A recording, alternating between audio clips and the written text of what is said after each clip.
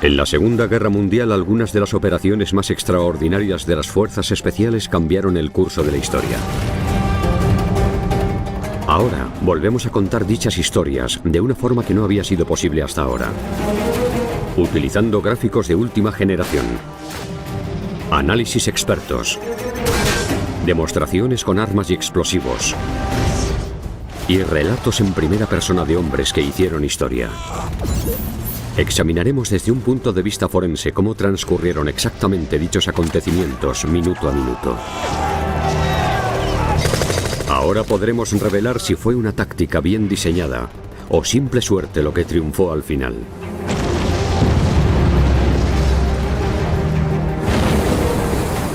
En este episodio, las fuerzas británicas llevarán a cabo uno de los ataques más arriesgados de la historia militar.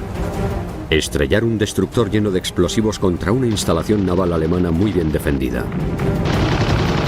Esta es la historia del legendario ataque de Saint-Nazaire, contada por el capitán del destructor, el capitán de corbeta Sam Beatty, el comandante Bill Copeland, y dos jóvenes oficiales, Coram Purdon y Stuart Chant. Su misión consistirá en hacer saltar el muelle por los aires bajo la atenta mirada del enemigo y escapar en barco. Les avisaron de que podían no regresar, pero si tenían éxito, podrían poner fin a la batalla del Atlántico Norte y cambiar el curso de la guerra. Cuerpos de élite de la Segunda Guerra Mundial, el comando a vida o muerte. 27 de marzo de 1942, 22:15 horas. Estamos a 65 kilómetros de la costa de Francia. El HMS Campbelltown, un viejo destructor de más de 900 toneladas, forma parte de una flotilla que avanza en la oscuridad hacia el puerto de Saint-Nazaire en manos de los alemanes. A ambos lados una columna de pequeñas lanchas motoras plagadas de ametralladoras y cañones. Apiñados bajo cubierta, 269 soldados británicos de élite se preparan para esta gran hazaña. Saben que las próximas horas acabarán decidiendo el curso de la guerra.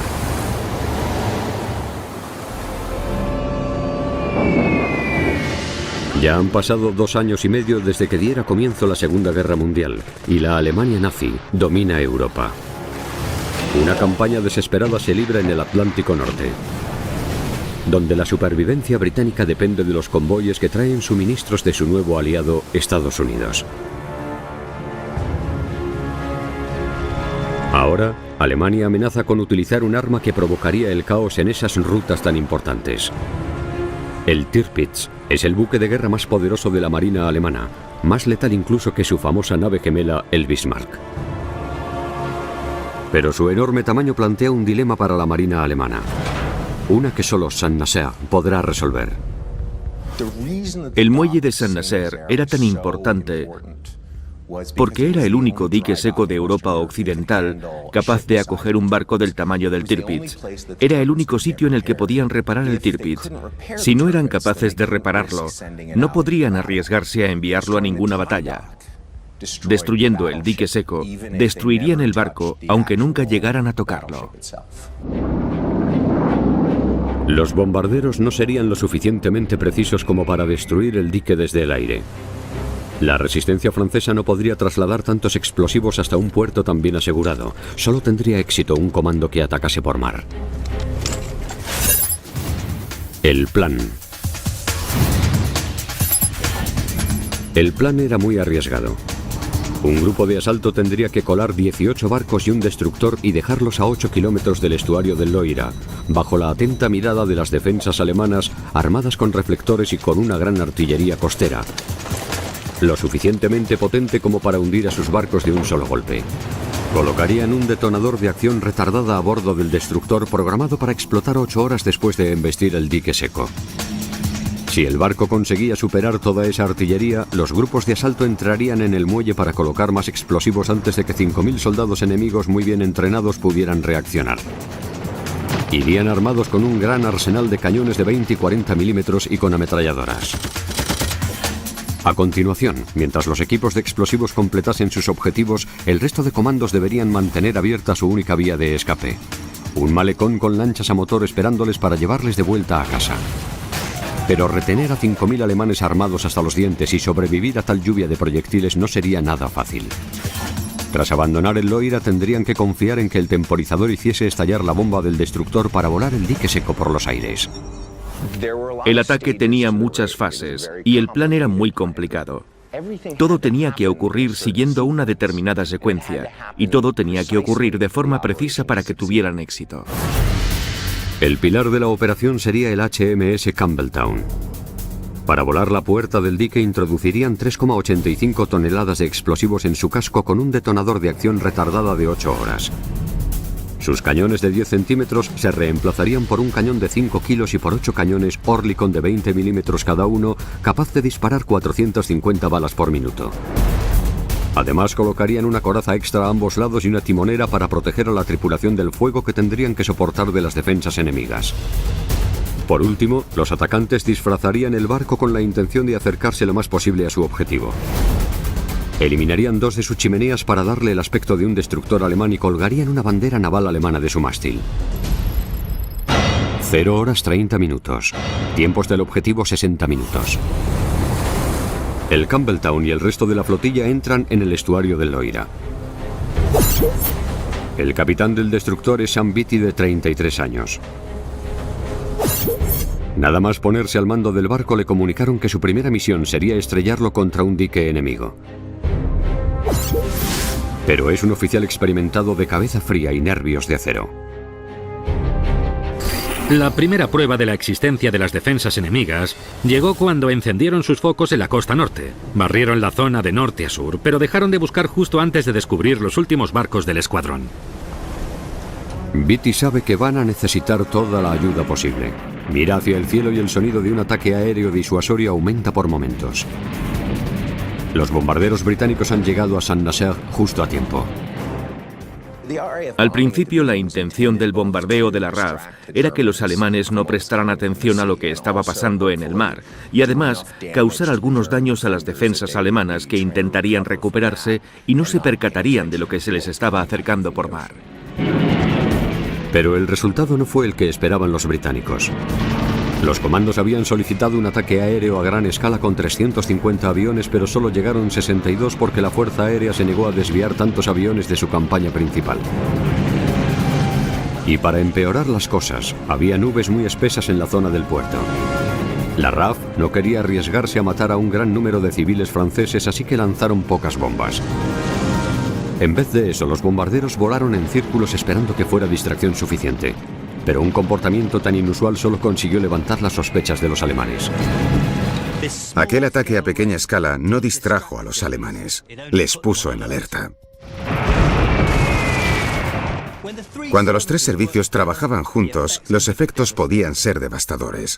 Pero en ese caso, la rivalidad entre ellos y la falta de comunicación puso en peligro el éxito de aquella misión. De momento, Beatty y sus hombres no han sido detectados al pasar por la estación alemana de radar en Le Croisic. Su próximo obstáculo, un canal muy poco profundo en el que el Campbelltown podría encallar en cualquier momento. Solo había una ruta para acceder al puerto y estaba muy bien custodiada por los alemanes. Pero los británicos se dieron cuenta de que cuando la marea estaba alta, había un camino alternativo para llegar hasta el dique seco. Si se utilizaban barcos muy ligeros o barcos especialmente aligerados, se podía navegar por ese canal y aparecer en el dique seco desde un ángulo diferente. El Campbelltown también había sido despojado de cualquier elemento que no fuera esencial para el ataque. Pero incluso con la marea alta, solo tendrían unos centímetros de margen.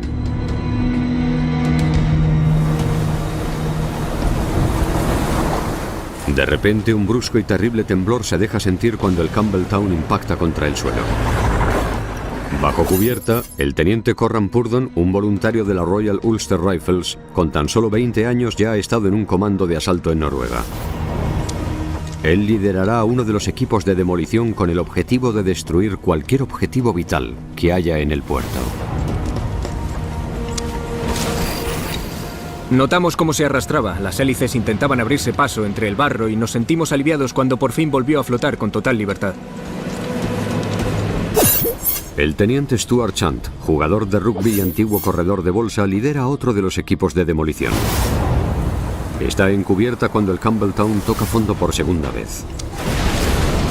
Un par de segundos después, a la 1:05, volvimos a ir más despacio mientras las hélices trataban de avanzar por un segundo banco de arena. Es un momento crítico. Si el destructor encalla, quedará a merced de las armas de los alemanes en cuanto salga el sol. Las defensas alrededor de Saint-Nazaire eran formidables, en teoría impenetrables. 28 cañones, desde cañones de 75 milímetros hasta enormes cañones ferroviarios de 240 milímetros protegían la entrada al estuario.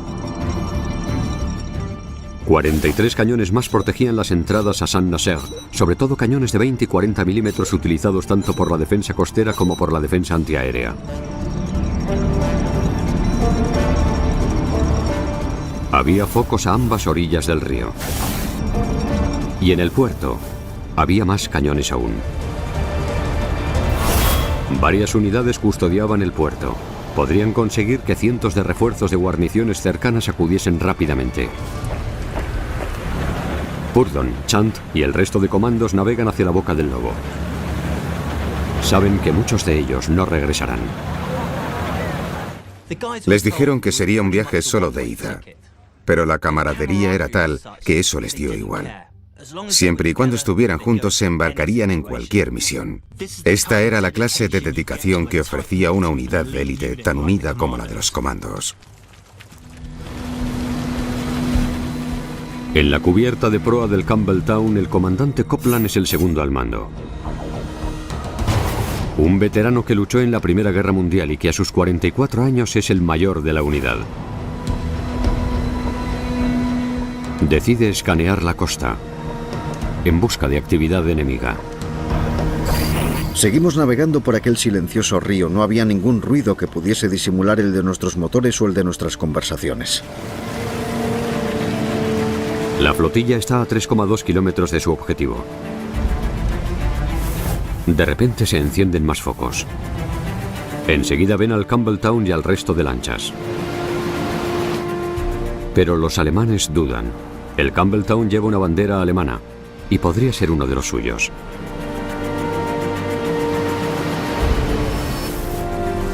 Beatty aún tiene un as bajo la manga. Cuando los alemanes perciben cierto peligro y lanzan disparos de advertencia, responde utilizando un indicativo que da a entender que están disparando a un barco amigo.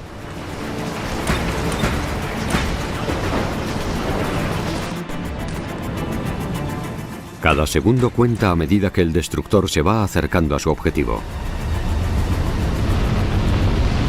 1 hora 23 minutos. Tiempo hasta el objetivo 7 minutos. Durante unos cruciales minutos el engaño funciona, pero cuando el barco se niega a parar, los alemanes se dan cuenta de que les han engañado y empiezan a disparar. La misión se ve comprometida cuando se desata una lluvia de proyectiles procedentes de todas partes, y aún no han alcanzado su objetivo. A medida que las balas alemanas van cayendo sobre los británicos que se acercan a Saint-Nazaire, Beatty ordena que bajen la bandera alemana y que icen la británica. A continuación, la flotilla se abre. El Campbelltown abrió fuego disparando hacia los focos. Lo normal era que se apagaran al recibir algún impacto, pero al poco tiempo volvían a encenderse. El veterano de la Primera Guerra Mundial, el comandante Bill Copland, nunca había visto nada igual. Fue como si todas las armas de la tierra abrieran fuego contra nosotros. Respondimos inmediatamente con nuestros cañones Oerlikon y su letal traqueteo. Desarrollado por una empresa suiza, el cañón Oerlikon solía utilizarlo tanto la Marina británica como la americana como arma antiaérea. Disparaba proyectiles explosivos de 20 milímetros a una tasa de 7 por segundo y era increíblemente eficaz contra objetivos ligeramente blindados, pero era incapaz de derribar fortificaciones enemigas, lo que pronto supondría un serio hándicap para los atacantes. Los ametralladores se unen disparando 500 balas por minuto con sus ametralladoras Bren, el arma de apoyo por excelencia de la infantería británica durante la Segunda Guerra Mundial. Esta es la ametralladora Bren, la ametralladora ligera británica. Se trata de una pieza muy robusta y útil. El tambor tiene una forma muy característica. Se quita con gran facilidad. Es sólido y robusto. Contiene 30 balas y se monta rápidamente. Si esta arma tiene alguna pega es que es demasiado precisa. Al disparar, las balas salen demasiado agrupadas. El objetivo de las armas de apoyo es que disparen proyectiles separados para que el enemigo tenga que bajar la cabeza. Las ametralladoras modernas de hoy en día están diseñadas para ser menos precisas que esta arma de la Segunda Guerra Mundial. A pesar del famoso poder de detención de las ametralladoras Bren, el tiroteo procede de un solo lado. Los barcos británicos identificados por los focos son objetivos fáciles. Las víctimas empiezan a amontonarse rápidamente. A través de la ventana blindada del Campbelltown, el teniente Chant ve cómo las pequeñas lanchas están siendo acribilladas a balazos. Desde popa veíamos cómo el fuego brillaba en la superficie del río y cómo las lanchas trataban de librar una desesperada batalla por la supervivencia contra la aplastante potencia de fuego alemana. 15 lanchas Fairmile B transportan los enseres de los comandos y serán su vía de escape. Son barcos de madera de 34 metros de largo con 2 motores de 600 caballos capaces de alcanzar una velocidad máxima de 20 nudos. 2 cañones Oerlikon y varias ametralladoras le proporcionan apoyo de fuego. Normalmente utilizadas para patrullar la costa y buscar submarinos, nunca fueron diseñadas para llevar a cabo un ataque. Sin embargo, son lo único de lo que dispone la Marina. Su gran desventaja, una absoluta falta de blindaje. Hasta la bala de un rifle podría llegar a atravesarlas. Además, para que lleguen hasta Saint-Nazaire y vuelvan, es preciso instalar tanques de combustible extra en las cubiertas. Un solo impacto y cada una de las lanchas podría convertirse en una bomba de gasolina flotante. Hurdon, bajo la cubierta del Campbelltown, está más protegido que muchos, pero ni siquiera él está a salvo. Sentíamos y oíamos el impacto de los proyectiles alemanes contra el casco del Campbelltown. Un proyectil de un rojo brillante atravesó la sala mientras estábamos ahí sentados, pero pasó de largo sin estallar. 1 hora 29 minutos. Tiempo hasta el objetivo 60 segundos. La timonera blindada está recibiendo fuertes impactos por todas partes. El timonel, el suboficial de Marina Wellstead, recibe un disparo y muere. Su sustituto es derribado en cuestión de segundos. El teniente Nigel Tibbets se pone al mando. Será el hombre encargado de llenar el barco de explosivos. El teniente Tibbets se hizo con el timón, puso rumbo al viejo espigón y dirigió el barco hacia el objetivo. 18 nudos y solo quedaban 90 metros. Nos agarramos como si tratáramos de encontrar alguna clase de protección mientras esperábamos el terrible impacto y entonces chocamos.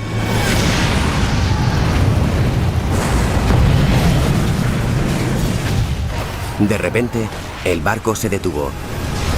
Sus arcos cedieron y arrollamos la puerta. Gracias a una navegación extraordinaria, el Campbelltown consigue completar con éxito la primera fase del ataque. El único comentario del capitán Beatty fue: bueno, aquí estamos 4 minutos tarde.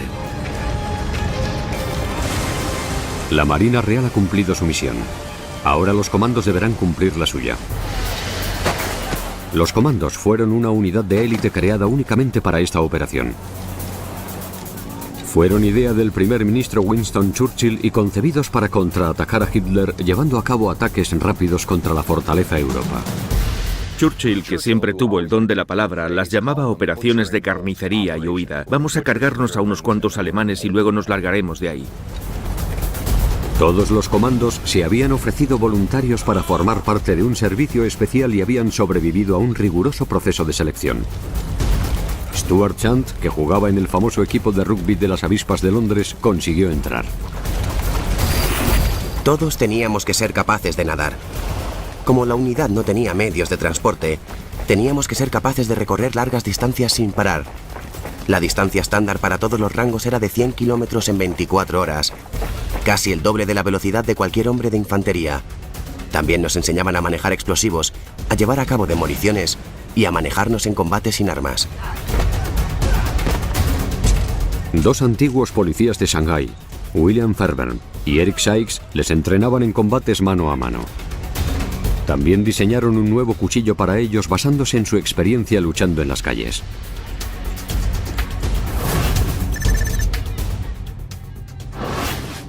El cuchillo Fairbairn Sykes es sinónimo de los comandos y las fuerzas especiales.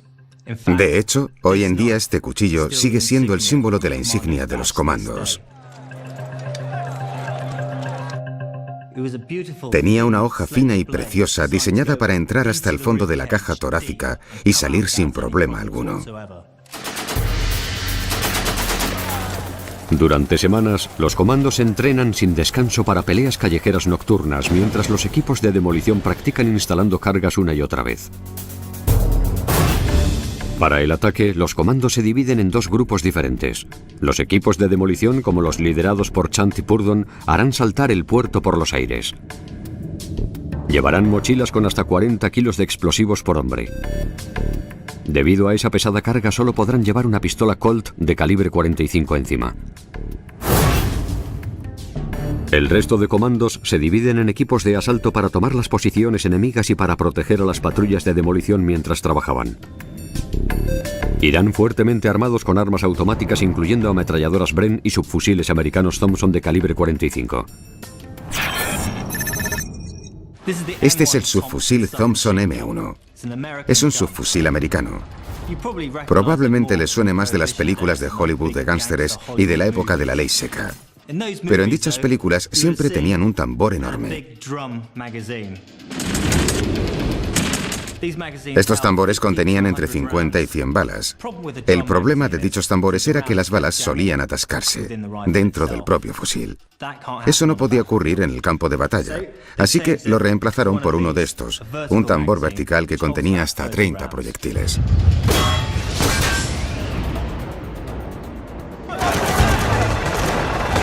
El momento de los comandos ha llegado. A medida que las lanchas motoras empiezan a desembarcar, los hombres a bordo del maltrecho Campbelltown se dirigen hacia sus objetivos. Los 70 comandos del Campbelltown se dividen en 9 equipos. 2 equipos de asalto liderarán el camino y tomarán las posiciones enemigas que encuentren a izquierda y derecha, mientras los equipos de demolición avanzarán hasta sus objetivos. El equipo del teniente Chant irá hacia la estación de bombeo del dique seco. El equipo del teniente Purdon hacia la caseta eléctrica norte y más equipos hacia la puerta norte del dique y la caseta sur. Cuando todos los objetivos hayan sido destruidos, se retirarán hasta el punto de evacuación. 1 hora 40 minutos. Tiempo desde el desembarco 6 minutos. Los comandos de asalto acaban con todos los emplazamientos de armas que encuentran a su alrededor. Eso le proporciona al resto unos minutos cruciales antes de que los alemanes respondan a su repentina invasión a pequeña escala. Despejan un camino para que el teniente Chant y su equipo de demolición puedan abrirse paso hasta la estación de bombeo. La estación de bombeo sube y baja el nivel del agua del dique seco. Su destrucción es de vital importancia, casi tanto como la del dique en sí. Una pequeña carga consigue abrir la puerta. Chant ha recibido un disparo en la pierna durante la incursión y tiene que abrirse camino con dolor y cuidado hasta el sótano.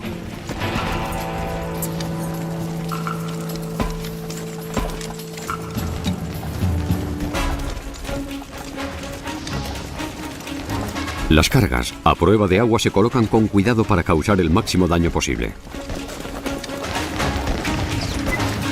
El equipo de Chant utiliza un explosivo casi el doble de potente que el TNT. Vamos a simular una estación de bombeo con una lavadora. Tiene un sistema de bombeo dentro. Lo que vamos a hacer es coger un poco del explosivo plástico que se utilizó para sabotear la estación. Tenemos un equivalente moderno, pero está basado en el mismo explosivo RDX. Vamos a coger 100 gramos y vamos a colocarlos encima de la lavadora. Colocaremos un detonador dentro y veremos qué ocurre.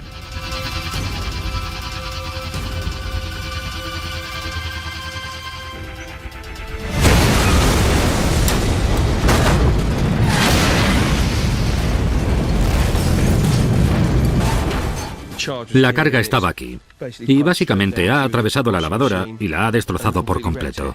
Es muy fácil de usar, fácil de llevar y capaz de generar una fuerte explosión. Perfecto para esta clase de operaciones de sabotaje.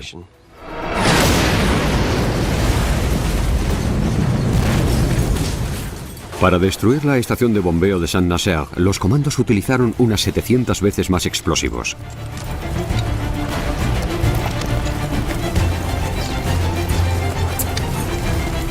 Chant activa el detonador de 90 segundos. El herido oficial, ayudado por uno de sus sargentos, sube un laberinto de escaleras cojeando y totalmente a oscuras. Y se pone a cubierto justo a tiempo. 68 kilos de explosivos destrozan la estación.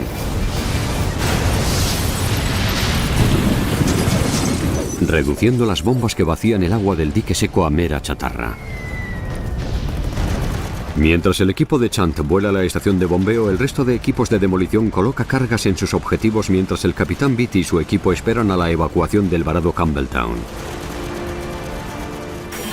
El equipo del teniente Purdon tiene que ir más lejos aún para llegar a su objetivo, la caseta norte.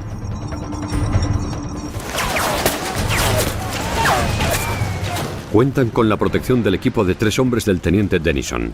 Cuando se ven sometidos al intenso fuego de un grupo de alemanes situados en una trinchera, los hombres de Denison entran en acción. Era una misión complicada. La clave estaba en la velocidad. Sin ella no serían capaces de desorientar a un enemigo tan bien preparado. A medida que los comandos se iban encontrando con las posiciones alemanas, era crucial que llevaran a cabo planes sencillos para poder ejecutarlos rápidamente. Denison mantiene a los alemanes acorralados mientras 2 comandos se acercan para lanzar granadas y matar a todos los que están dentro de la trinchera.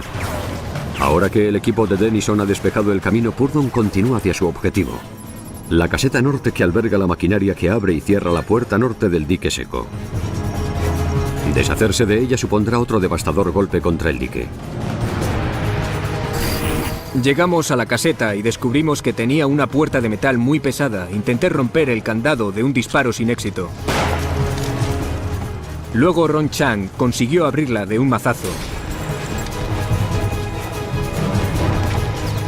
Una vez dentro y siguiendo la dinámica que también nos sabíamos, colocamos las cargas y las conectamos.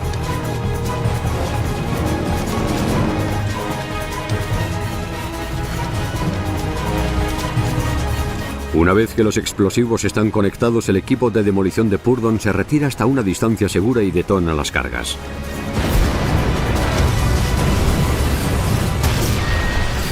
¡Qué vistas tan memorables! Fue como si todo el edificio se elevara a 1 metro del suelo antes de explotar y desintegrarse como un castillo de naipes. Parece que el plan va según lo previsto, pero al otro lado del muelle, su único medio de escape está sufriendo un fuerte ataque. 2 horas 19 minutos. Tiempo desde el desembarco 45 minutos. Los británicos han conseguido sus principales objetivos. El Campbelltown está situado en las puertas del dique con su carga de explosivos y los equipos de demolición ya han volado las casetas eléctricas del dique, la estación de bombeo y han dañado la puerta norte. Siguiendo órdenes, los equipos se retiran hacia el viejo espigón para que les recojan las lanchas motoras. Tal y como temían, el lugar está plagado de soldados enemigos, así que las probabilidades de salir de ahí con vida o de evitar la captura parecen prácticamente imposibles. Pero mientras el equipo de demolición de Purdon se retira, sufren el ataque de las posiciones alemanas situadas alrededor del dique. El ruido de los disparos era aterrador y la zona no dejaba de iluminarse por los focos y el fuego de las explosiones. El comandante Copland, el segundo al mando, también se dirige hacia el viejo espigón. Intentamos escondernos entre los edificios. Muros de casi 4 metros nos bloqueaban el paso y el tiempo volaba. Nos agrupamos para evitar el ataque poniéndonos a cubierto, yendo un paso por delante de las ametralladoras. Eligieron una forma de operar peligrosa. Normalmente al combatir dentro de una ciudad hay que despejar los edificios a medida que se avanza. Los soldados tienen que tratar de evitar la ruta más obvia. Tienen que moverse de casa en casa utilizando los tejados y los jardines traseros e incluso haciendo agujeros en las paredes. Pero la ruta más obvia es su única vía de escape y su huida depende de los equipos armados que están defendiendo el viejo espigón hasta que los demás puedan subirse a las lanchas motoras y huir de allí.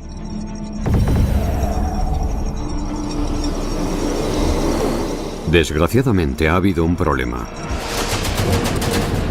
Las lanchas motoras desprotegidas y con tanques de combustible en sus cubiertas han sido víctimas del fuego enemigo. Varias de ellas están en llamas. Una de las lanchas recibió el impacto de un cañón de 37 milímetros y salió volando por los aires. De toda la tripulación y los comandos, solo un hombre salió con vida. La decisión de utilizar lanchas motoras con el casco de madera sin potencia de fuego real y sin blindaje alguno ha resultado ser desastrosamente optimista. Pocos equipos consiguen desembarcar ilesos. La unidad encargada de tomar el viejo espigón es aniquilada antes de desembarcar siquiera. Por tanto, el punto de evacuación continúa en manos enemigas.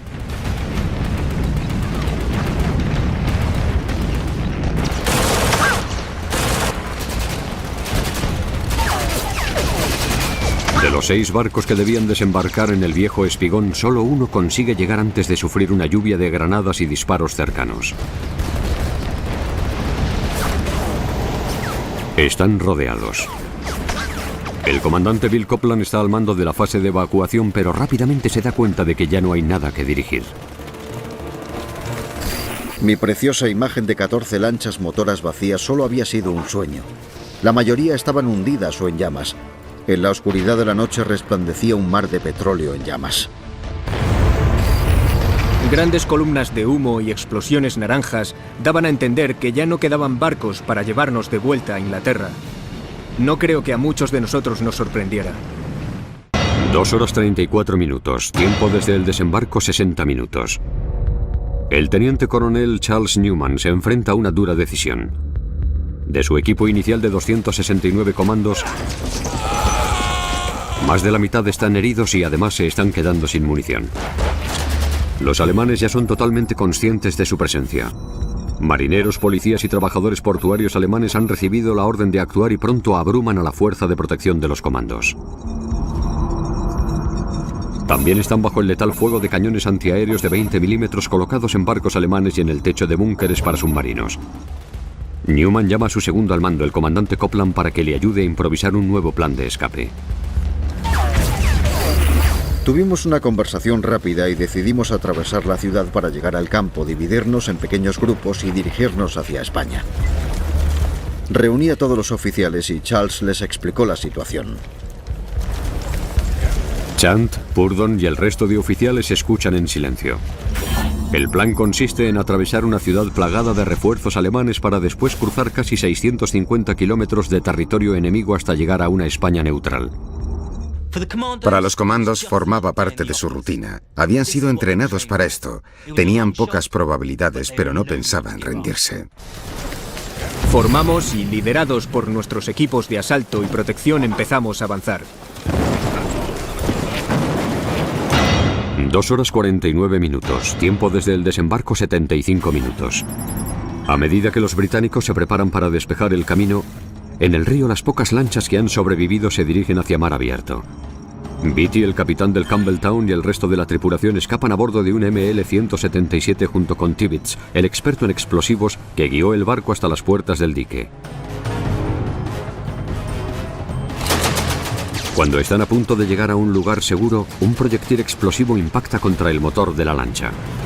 A continuación, varias ametralladoras acribillan el navío. El teniente Nigel Tibbets está entre los muertos. El barco de madera acaba hecho pedazos tras una lluvia de proyectiles alemana, forzando a los supervivientes a zambullirse en las gélidas aguas. Los heridos acaban hundiéndose bajo las olas. Solo unos pocos son rescatados. De vuelta en Saint-Nazaire, los comandos restantes comienzan su desesperada carrera hacia la libertad. Evitando la plaza del casco antiguo asediada por fuego alemán, deciden rodearla y dirigirse hacia el único puente que puede conectarles con el resto de la ciudad. A pesar del peligro, los comandos avanzan con un entusiasmo casi imprudente. Entre ellos va el teniente Corran Purdon, cuyo equipo voló la caseta norte, y Stuart Chant, que consiguió escapar de la demolición de la estación de bombeo. Nos disparaban desde todas partes. Algunos proyectiles venían de muy cerca, pero seguimos avanzando como un equipo de jugadores de rugby. A veces nos reíamos, maldecíamos, tratábamos de animarnos y de vez en cuando alguien recibía un impacto.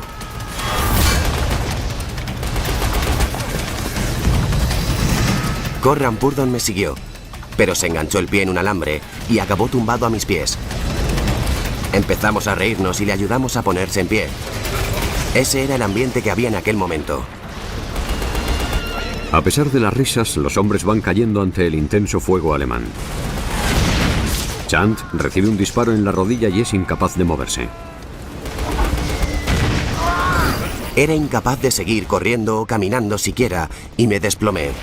Ron Butler, uno de mis sargentos, y el joven Jimmy Brown decidieron cargar conmigo hasta que me di cuenta de que estaba siendo un obstáculo para su propia supervivencia y les ordené que me dejaran allí. Cuando Copeland, Purdon y el resto de supervivientes llegan al puente que les separa de la ciudad de Saint-Nazaire, emprenden un último ataque, a vida o muerte, para cruzar 65 metros de campo abierto. No tenían tiempo para identificar las posiciones enemigas. Su única opción era cargar rápidamente contra los defensores alemanes situados en el puente y tratar de llegar al fortín del extremo más lejano.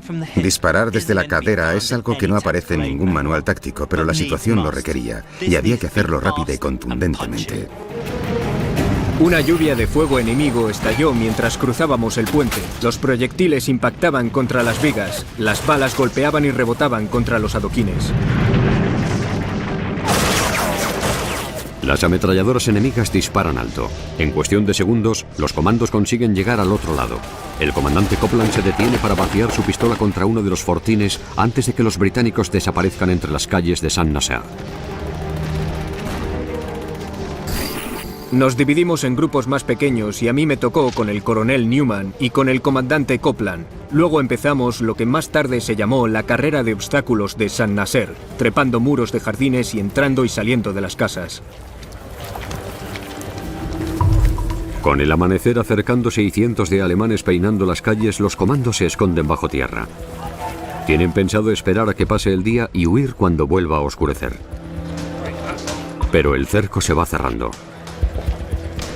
El comandante Copeland y 15 más están escondidos en un sótano.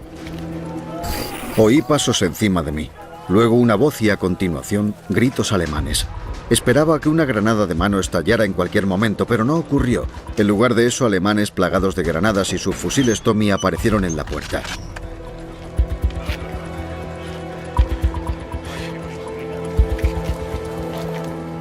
Me uní a la procesión de aquellos que podían caminar. Subimos las escaleras y cruzamos la calle.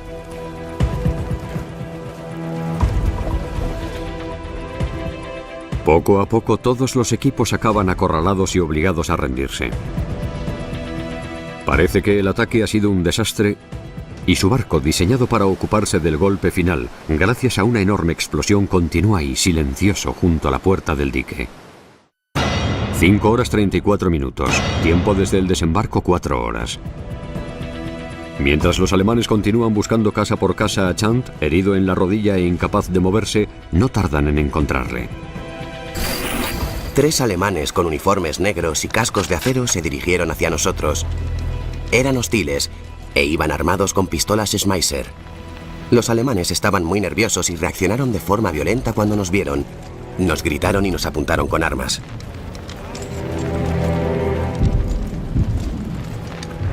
Chant se une a un grupo de prisioneros heridos reunidos en una calle enfrente de un café. Aquí le vemos con la rodilla herida y vendada en una de las muchas imágenes tomadas aquella mañana por periodistas y fotógrafos alemanes, impacientes por documentar lo que parecía que había sido un imprudente y desastroso ataque británico.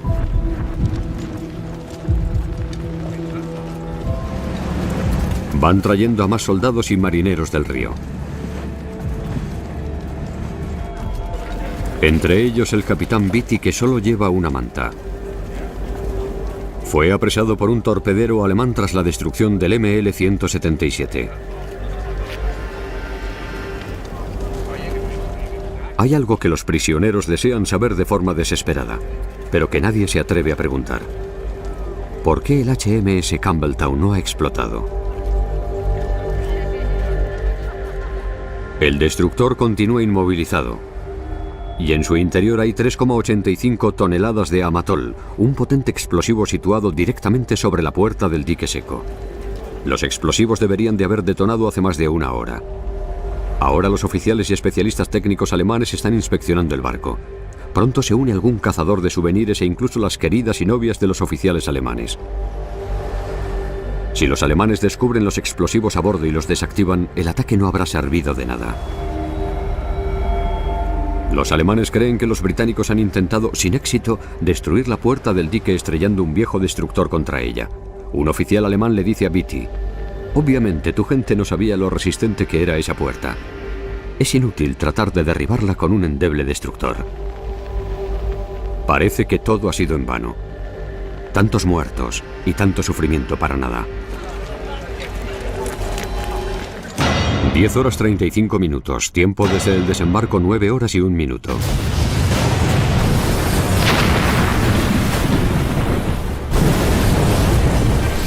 Notamos un gran estruendo cuando el HMS Campbelltown saltó por los aires.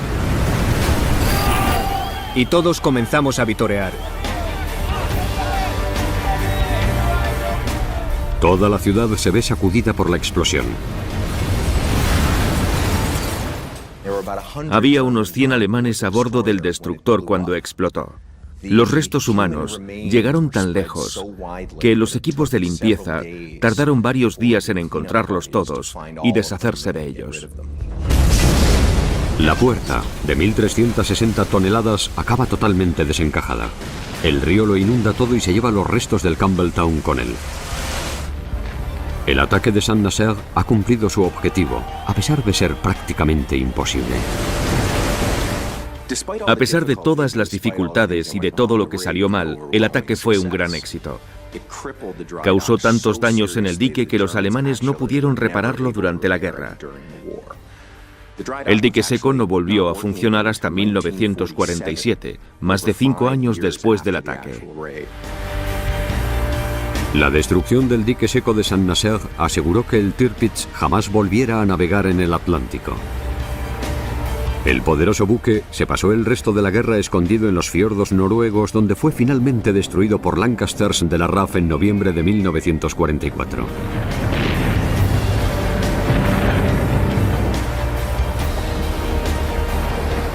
Pero el éxito les salió muy caro. Solo 3 de las 17 lanchas motoras que participaron en el ataque escaparon del infierno de Saint-Nazaire y consiguieron volver a Inglaterra. De los 611 hombres que participaron en el ataque, 2/3 fueron asesinados o capturados. 5 comandos consiguieron escapar y llegar a territorio neutral español con la ayuda de civiles franceses para luego cruzar hasta Gibraltar y volver en barco a Inglaterra. Muchos de los 168 británicos que fallecieron fueron enterrados por los alemanes, con todos los honores militares. Entre los 215 prisioneros estaban el veterano de la Primera Guerra Mundial, el comandante Bill Copland, el teniente herido Stuart Chant, el joven oficial irlandés Corran Purdon y el capitán del Campbelltown, Sam Beatty.